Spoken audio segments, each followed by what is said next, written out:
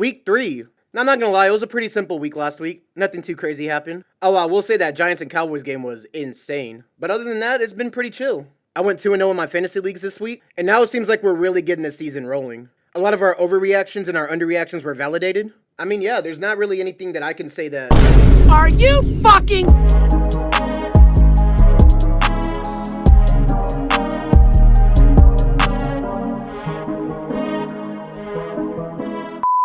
Well, shit. I guess Green Bay might be for real.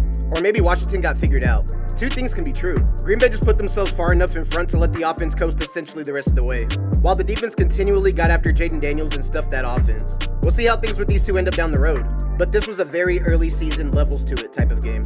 Congrats, Ravens. You played a full 60 minutes today, but honestly, there wasn't a whole lot you needed to do. While the score looks really bad, the Browns were very competitive in this game. Only problem was, they just had too many turnovers. But Baltimore puts up another 40 points, and the fact that Derrick Henry was held in check should concern the AFC moving forward. What are the odds when I mentioned that the last time these two teams played, we'd end up getting the same QB battle with the same backup quarterback? Well, Foe Burrow stepped in for Toe Burrow after a brutal turf toe injury, and while he did turn the ball over a few too many times, Trevor Lawrence matched his production, or I guess supposed lack thereof, which allowed the Bengals to march down the field for the game-winning drive. This game took at least 4 years off my life, but I guess we're getting one of these games every week, and it was Dallas and New York's turn. First off, hats off to Russ. He definitely cooked today, and he probably even already solidified an All-Pro from Malik Neighbors. The defenses were a no-show, which meant it was up to Wilson as well as Dak to just go scorched earth in the fourth quarter, combining for 41 total points. And after Brandon Aubrey makes a field goal to send it to overtime, it would take 3 drives and the only play Dallas's defense made all day to get Aubrey in range to walk off an unbelievable NFC East explosion. Brian Daboll gotta be sick to his stomach. Okay, Detroit's fine. They showed they really didn't need Ben Johnson, as they dropped a fucking 50-piece on his new team's head in his old stadium. Shout out Jared Goff for helping me run away with my fantasy team this week. They're back to their explosive rushing, and I mean, honestly, just forget what happened against the Packers. Chicago, at least Odunze had a good game. Dude, what is going on with these games? Do defenses not exist? Well, in Miami, of course they don't. But New England was in control for the majority of this game, even when Miami was crawling their way back and just tailing behind. But then Miami returned a punt for a go-ahead touchdown. Then New England returned a kickoff for a touchdown. Then Mike McDaniel probably started drinking again because they failed on the last drive, and Mike Vrabel wins his first with the pass. This game just sort of happened. Sorry if I don't sound enthusiastic about Spencer Rattler versus Mac Jones, but who knew plugging in a former Patriots quarterback into a Kyle Shanahan system would actually be a good idea? New Orleans, on the other hand, I still stand by my saying that you could be 1-16, but not even because your team is horrendous. These 2 weeks are the type of shitty luck that only 2 other teams have had the burden of carrying. Every fucking time I give them the benefit of the doubt, the Jets are still the fucking Jets. I guess they emptied their tank last week, but Justin Fields didn't play great, and then didn't play at all due to a concussion, while Josh Allen was on the other side bleeding out of his face and still dominated this team. And with that, this game gives us our first math equation of the season, so I'll stamp this milestone with a simple prompt: L plus ratio Jets. Okay, it's been 2 weeks, and I have less of a grasp on what these teams are supposed to be. Both defenses have been the only constant so far. Seattle holding teams to 17 points per game, Pittsburgh giving up 30 a game. Aaron Rodgers did not play great. Sam Darnold was okay. I mean, if we're going to be honest, the muff kickoff was truly the only thing that changed this game. Well, there should be some optimism if you're the Titans, other than still being handicapped by Brian Callahan. But Cam Ward did what he could despite the offensive line letting him die in the backfield, and were able to hang with the Rams for the most part, but LA made some serious halftime adjustments and came out and looked as scary as a lot of people thought they'd be going into the season. Carolina, this game was all yours. I'm not even talking about the comeback that fell short. Get it? Because both quarterbacks are short? Shut I mean the fact that an early fumble recovery touchdown pretty much won this game for the Cardinals. But Arizona, this is the second time you've let a bad team sneak into the game. Play the full 60 minutes, knock off the penalties, and lock the fuck in. I really did not want to have to say this, but Indiana Jones came up big today. I mean, him and Jonathan Taylor just absolutely ran up and down on this supposedly stout Denver defense, never punting once. But Bo Nix also wasn't going out sad, as he was letting it rip too. It was a back and forth game until Daniel Jones led the final drive and Spencer Schrader missed the game-winning field goal. Psych! Just kidding. A penalty gave Schrader the chance to walk off with a game-winning field goal. Man, if I had a nickel for every time the Colts got an untimed kick after a leverage penalty, I'd have 2 nickels, which isn't a lot, but it's weird that it's happened twice, right? Who would have thought the Super Bowl rematch was the least interesting game in its own late afternoon slate, let alone all of Sunday? Anyway, the Chiefs offense just can't get anything going, and their defense, man, they're in shambles right now. Crashing out after Jalen Hurts and the Eagles doing literally the bare minimum and still come out victorious. If it wasn't obvious, these aren't the same teams from 7 months ago. The Chiefs are a mess, and the Eagles are, honestly, a little bit underwhelming. Every Vikings fan knows they can't have 2 good things happen in a row, but another strong defensive struggle, and offensive struggle, at least for JJ McCarthy. Sorry, you're not going to be able to play like shit and come back this time. But the Falcons just suffocated the Vikings and ran away with a resounding victory behind John Parker Romo and Bijan Robinson. Or Bajan. Fuck it, you're Bijan to me.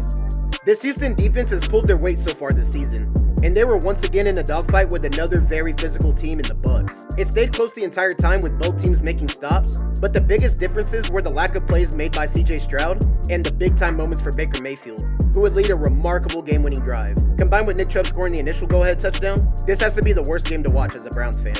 Oh yeah, this was one of those games where you remember why Geno Smith spent so many years as a journeyman backup. But after the Chargers were able to pull away early in the third quarter, they just couldn't help slipping back into their old ways. Now thankfully they didn't, but Jim got the best of Pete this time. And could we end up seeing Justin Herbert as our MVP? And we'll start week 3 with an AFC East matchup on Thursday Night Football. We got the Dolphins taking on the Bills. We can't flex this one out? No?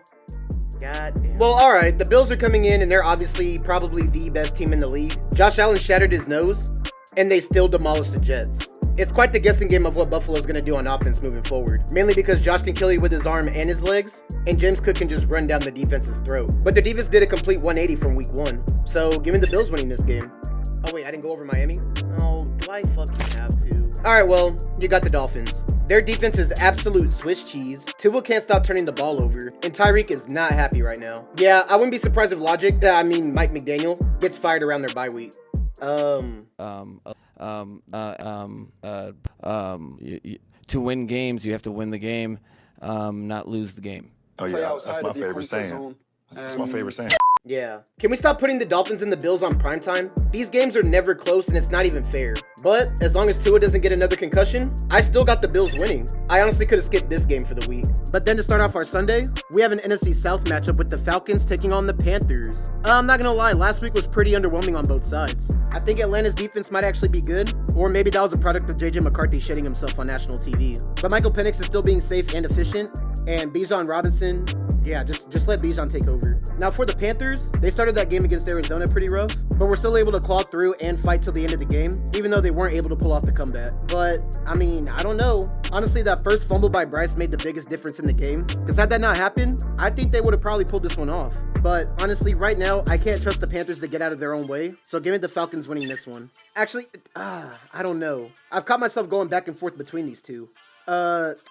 Let's see, this will be the Panthers' first home game, and in a division game, anything can happen. We saw these two teams play in Week 18 last season. That ended up being an overtime shootout. So, Carolina, I'm about to do something for you that I haven't done with anybody up to this point. I'm going to change my mind, and I'm going to go with you guys getting the win. But please, please, please, please, please, please, please, please, don't let me down. If you do, it will no longer be called the shit list. It'll be called the Carolina Column. Lock in. Then we got the Packers taking on the Browns, and the Browns are coming out wearing those voodoo brown helmets that they announced in the offseason. Outside of that, I don't think any of us are expecting this to be close, though I could see the Browns defense giving Jordan Love a hard time.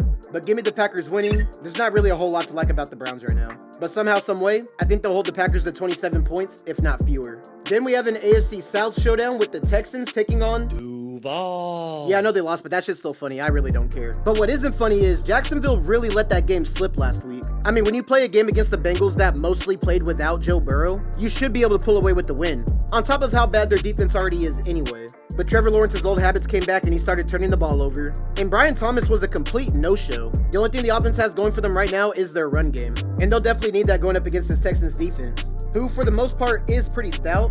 One of their low-key weaknesses is stopping the run. I think Cohen could utilize ETN to be sort of like what Bucky Irvin was last week. Now Jacksonville's defense is just outside of the top 10, but they're not as good as the Tampa Bay or LA defense. So CJ Stroud and the Texans should not struggle in this one. But again, suspect play calling and a very bad offensive line. I think CJ Stroud might need to stop and listen to Trevor Lawrence because I think the Jags might end up sneaking this one out. Houston, there might be a problem. Then we have a battle of the backups when we have the Bengals taking on the Vikings. How the fuck are we in week 3 and we already have a backup bowl? Well, Foburrow's been here before. After Joe suffered a season-ending injury 2 years ago, Jake Browning stepped in and honestly kept them in contention for the most part, but it didn't seem like it was a massive drop-off between the two quarterbacks. Now, he did almost cost his team the win last week against Jacksonville, but thankfully he got to redeem himself on that final drive. Now for the Vikings, JJ McCarthy shit himself too hard, so now they're looking to former Eagle, Colt, Commander, Ram, and Chief, Carson Wentz. Yeah, Carson Wentz. Okay.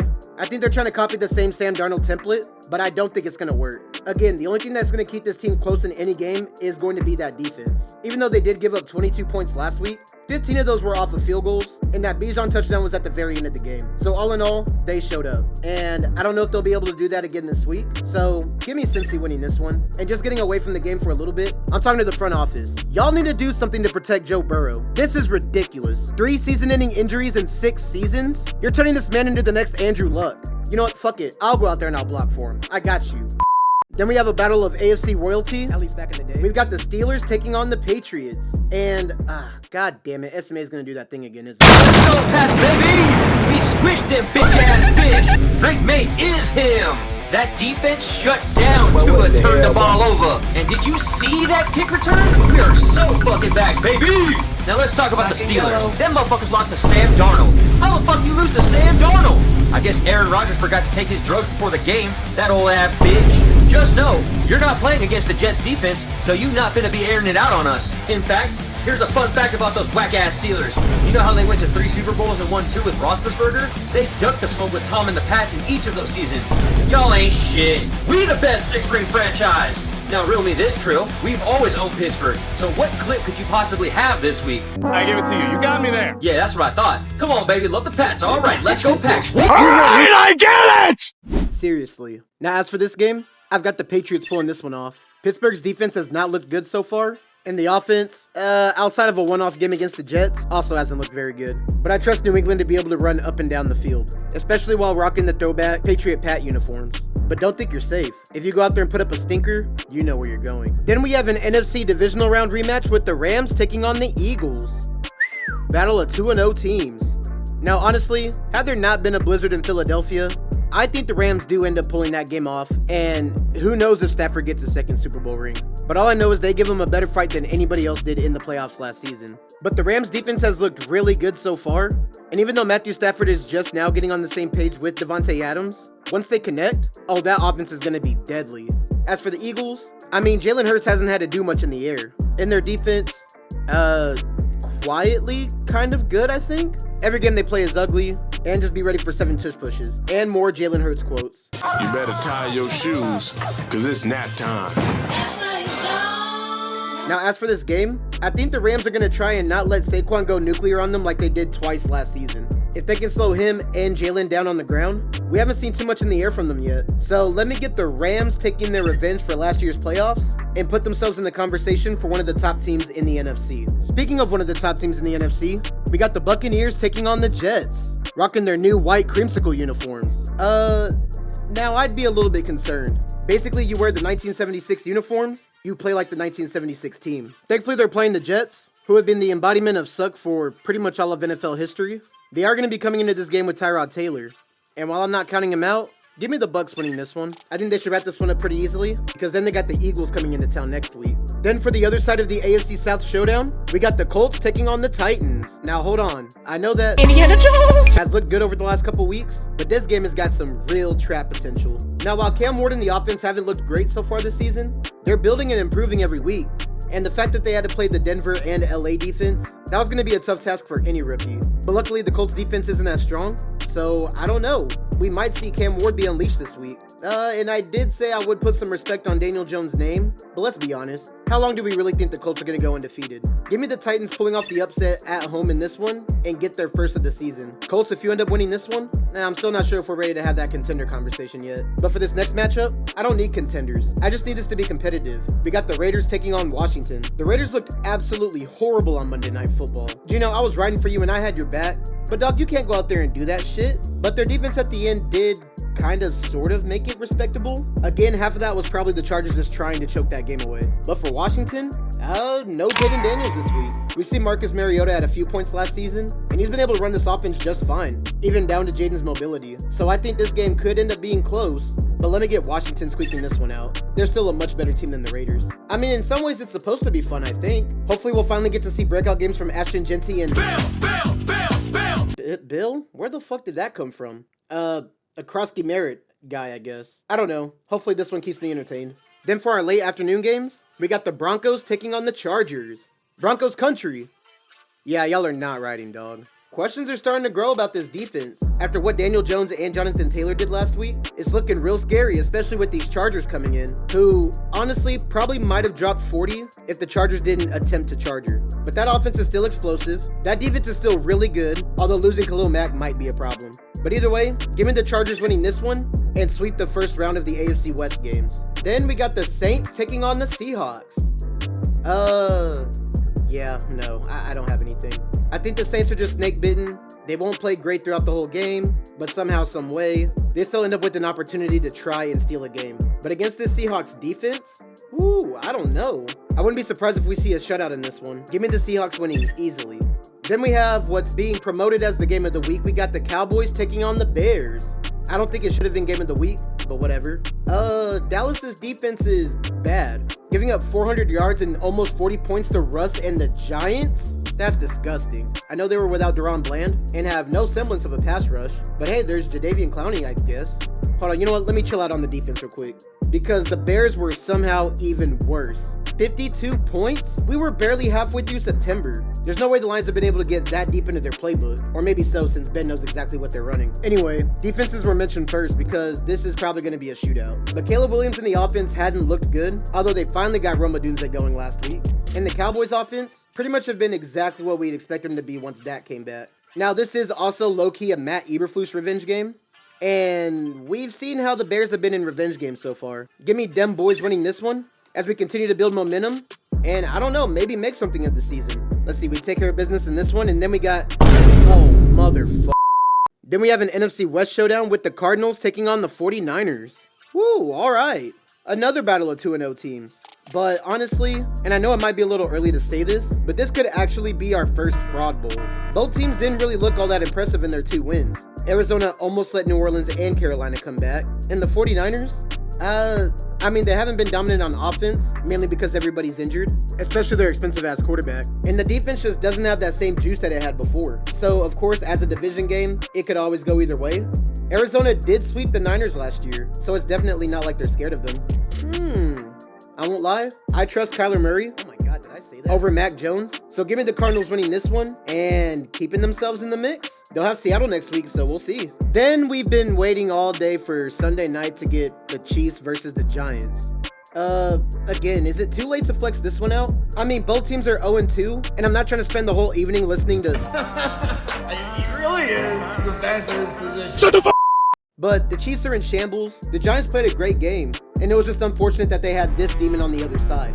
But I don't know. This is another one of those trap games. One of these teams has to fall to 0-3. And it may not be fair to Russ or Brian Daboll, but come on now. You know how the Chiefs bullshit devil magic works. I'll take the Chiefs winning their first game in week 3 of the season. Yeah, we all saw this coming, right? Then on Monday night, we got the Lions taking on the Ravens. Hopefully this game is a lot more competitive than the last time they played. But these have been 2 teams over the last 3 years that just beat the shit out of everybody. The real question in this game is, who can outbully who? Both run games are elite. The passing game, Detroit has the slight edge there. But on the defense, I don't think it's close. I don't think the Lions defense is going to be able to slow down Lamar and Derrick Henry. So give me the Ravens winning this one. And this won't mean the Lions aren't contenders. Well, actually, I don't know. It depends on how they play. But, I mean, following up a 15-2 season is not going to be easy.